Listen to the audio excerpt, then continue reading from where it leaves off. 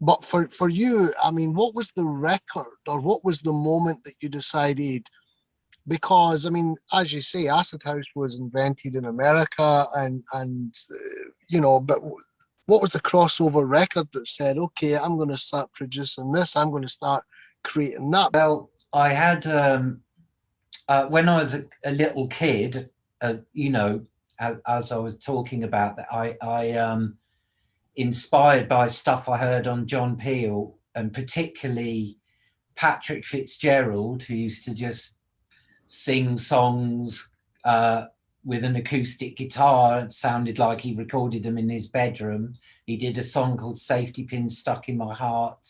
And I thought, well, I can do that. I can play 3 chords on the guitar, and also the Flying Lizards that used to make fantastic cover versions of like Summertime Blues and Money by the Beatles, talking of the Beatles, and Sex Machine by James Brown on sort of toys and stuff. And all that kind of stuff inspired me to make a record in my bedroom with my little brother on vocals.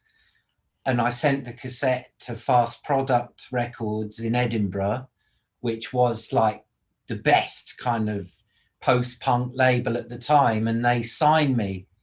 And it was kind of, it's kind of surreal and weird and a precocious thing to do, though. I just thought, oh, that's what you do.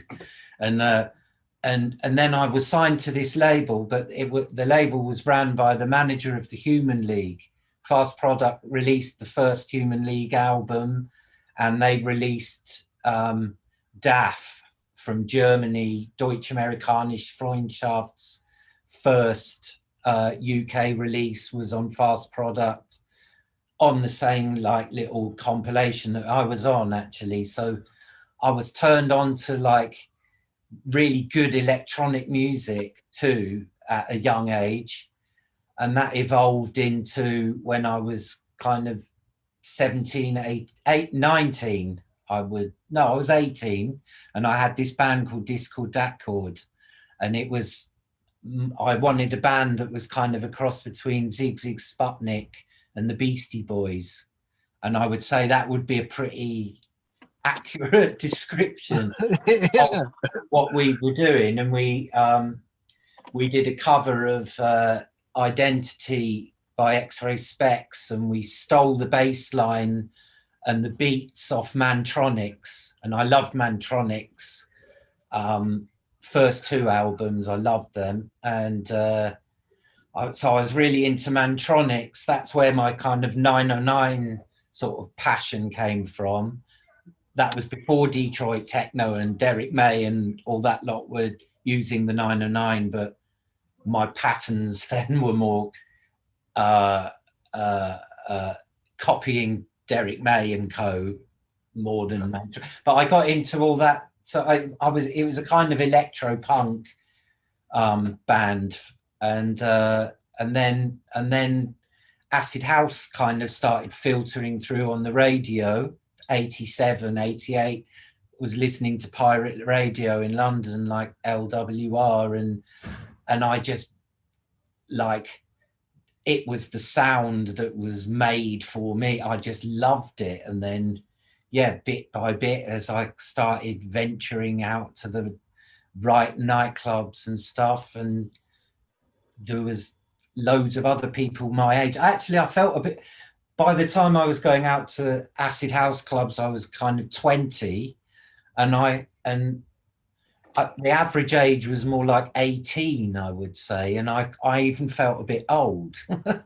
I felt old, and the weird, funny thing was, when I got together with Seal, and I must have been 21 by this stage, and he was 26, and I was like, oh God, you're not going to tell anyone.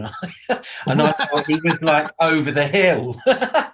because I grew up reading NME and everything, where they sort of, everyone over 18 was like, with the punk thing, Joe Strummer had to pretend to be like 3 years younger because he was like 24 or 25 and considered Yeah. like an old fart, you know. And I find it all really funny now. I just, Yeah. all of the funny, stupid, weird things that pop culture has, these sort of stereotype, sort of cliche things of age, and all those barriers really got broken down for me in Ibiza, because the clubs there, the age wasn't average 8. There was just people up to 70s, you know, from all over the world. And